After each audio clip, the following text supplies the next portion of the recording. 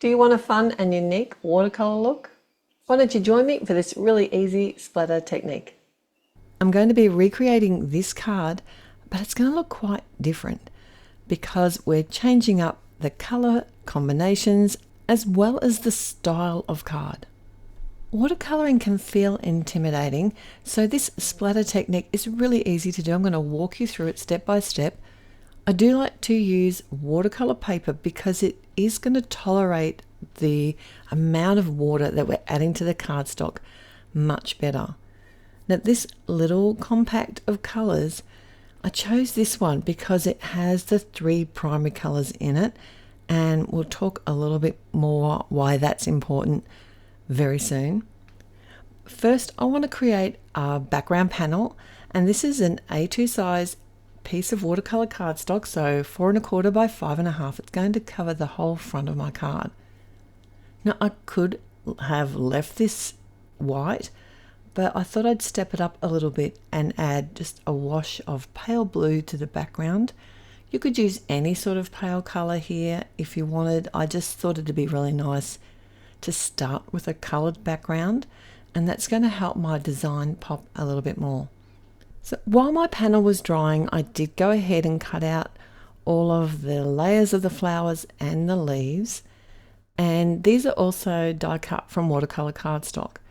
Now I decided to mask the panel with these flowers, and I probably didn't really need to do this step because I am going to come back in and relay the same pattern with cardstock later on. But I thought this was just a fun way to add splatter to the flowers or the base flowers at the same time, and it's going to help give me a guide where I need to put my flowers when I reassemble my card a bit later on. Now to do these splatters, I picked up some clean water with my brush, added it to the palette, picked up some color from the pans and made the brush fairly wet. In between changing colors, I did come in with a clean brush again because I didn't want to contaminate the colors, and I also chose colors that if they did mix together, they're going to not turn into a muddy color. You also have the option here of allowing each layer to dry in between if you did want to use colors that aren't going to play nicely together. But because I'm only splattering really quite small droplets of paint, I didn't really find that there was a problem here with this. I added a lot of splatter, and I only chose 3 colors here to do that with, like the darker blue, the pinky red color, and the darker orange color. Now I did want to set these aside to dry. If I didn't allow a little bit of drying time in between, you would find that the colors would potentially mix and turn into a muddy color. The second layer of the flower, I wanted to add the blue again, same as I did on the base layer of the panel for my first card. So I'm kind of getting all my pieces ready here before I get started because this is going to allow drying time as well. I came in and splattered exactly the same 3 colors over these second layers of the petals. And for the final center of the flowers, I decided just to go with the bright yellow here. I did sort of try a different color, but wasn't really happy with that, how that looked. So I did come in and recolor that over top. All right, I did mention about why I chose this particular compact. It's because it has the 3 primary colors in there. So I can mix any number of colors from these yellow, red, and blue bases. And I wanted green for the leaves. So this color wheel here is showing me that if I mix yellow and blue together, I'm going to get green. But it tells me more than that. I can also add more of one color. So say I start with a green base and I add more yellow, then I'm going to get a brighter green. And you'll see how I do that in just a moment. Now, these leaves, I know I said we're not painting. We're not really painting. I'm literally just dropping the paint onto the die cut piece. If you didn't feel confident to do this, it is very easy to do. Then you could also die cut some coloured cardstock instead. That would work. And if you don't have watercolor paints, another option here would be to use your water-based inks, and they are your dye inks. So they're all, any of the dye inks can typically be mixed with water and used as a paint. And they can be mixed on a palette as well, so you can create new colours with that. So these I set aside to dry, and then I decided to grab some basic plain coloured cardstock to remake all my flowers and leaves, and literally just kind of eyeballed it against the colours that I'd used on my splattered base here. I thought that the cardstock here would add a bit more punch than just if I tried to relay the splattered flowers on top. And what that's also done is given me enough elements to make a second card. And I've got a tip here for you. If you have a watercolor panel that has warped, if you want to flatten it out, just pop it between a piece of folded copy paper and run it through your die cutting machine a couple of times. And if you need to, you can always add a shim.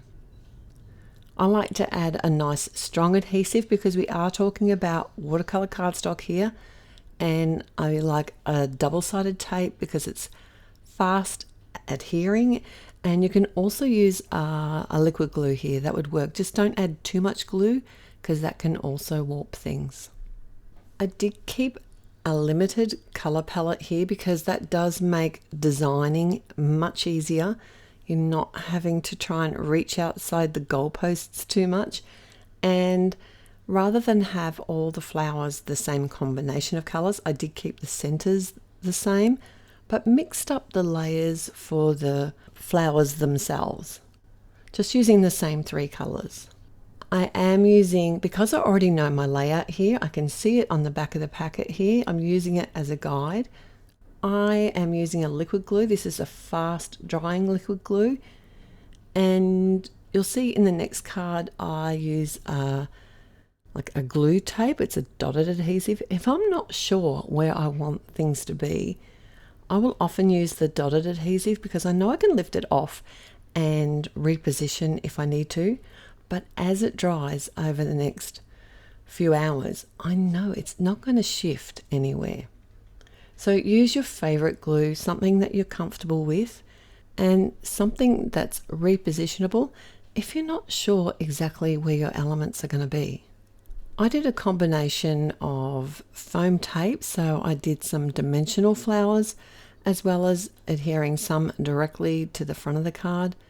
And I like dimension, but obviously if you want your card to be more post friendly, then everything can be adhered directly to the card base instead. To remove the edges, like all these hanging over bits of flower and leaves, I just flip the card over and cut it from the back. I find I get the best results doing it this way, but some people prefer to use like a guillotine trimmer, and I just know I'm not very safe with that at all. So whatever works for you. I've added a bold layered die cut sentiment. I did add 4 layers together. This is almost like chipboard now. It's nice and thick, but I did decide to pop that up as well. And I have a small stamped sub sentiment here that I decided to keep on a longer strip of cardstock and then overlap the two. I didn't want anything that's going to overpower this background. I wanted something that was fairly neutral, and that's why I kept it kind of all white. And that seemed to work really well. I also will add some liquid glue to the back of foam tape if I'm adhering it to something that's uneven, or watercolor cardstock like this. So sometimes I'll even do that, and that works well. And of course the balance was off. I just grabbed one of those scrap leaves and added it to the top right portion of the card.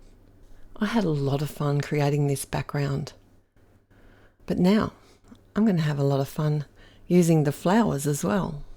We're onto the watercolor splattered floral bouquet. So I'm using those flowers that I created when I was making the splattered background before, and it's just a little bit quirky and a fun, different way to create some elements for your cards. One thing I would recommend though is before you do your die cutting, I would make sure that the cardstock is dry. If you're trying to die cut wet cardstock, you're not going to get those nice crisp edges. I thought I'd give my bouquet somewhere to be grounded on this large die cut arch, and brought in some black elements here. I like to mix up stamping and die cutting. I think they go really well together, but you could easily leave that step out if you prefer not to. And this is where I'm using the glue tape. I can lay these leaves anywhere on this card front and move them around if I need to, if I'm not really happy with how they're looking. I tend to change up my mind quite a bit when I'm making a bouquet, and I won't make you sit through it all. But I did add another bold sentiment here and used 3 of the flowers, because having that odd number of elements, like the 3 flowers, makes it easier to balance your designs.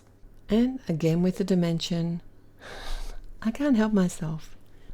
I also came in with a couple of the Gem Sparkles here just to bring that black element and also add a bit of shine and sparkle to the card. Mixing the bold coloured cardstock with the splattered watercolor flowers and the the washed watercolor leaves, I think it works really well together. Just something a little bit unique when it comes to watercoloring, and anyone can do this technique. The fun part is that the watercolor does most of the work for you. Now, all together now. Okay, our first card, which has the masked watercolored splattered background, and we did a wash of color in the background before we did the splattering with some nice bold flowers. And the second card, which has the watercolor splattered floral bouquet. Let me know in the comments below if you have a favorite card today, or if you're going to try either of these techniques. I've got a couple more watercolor videos here for you to enjoy, and I look forward to seeing you there. If you did like today's video, don't forget to click on the thumbs up button, and if you haven't subscribed, what are you waiting for? It's totally free. Till next time, happy paper crafting. Bye.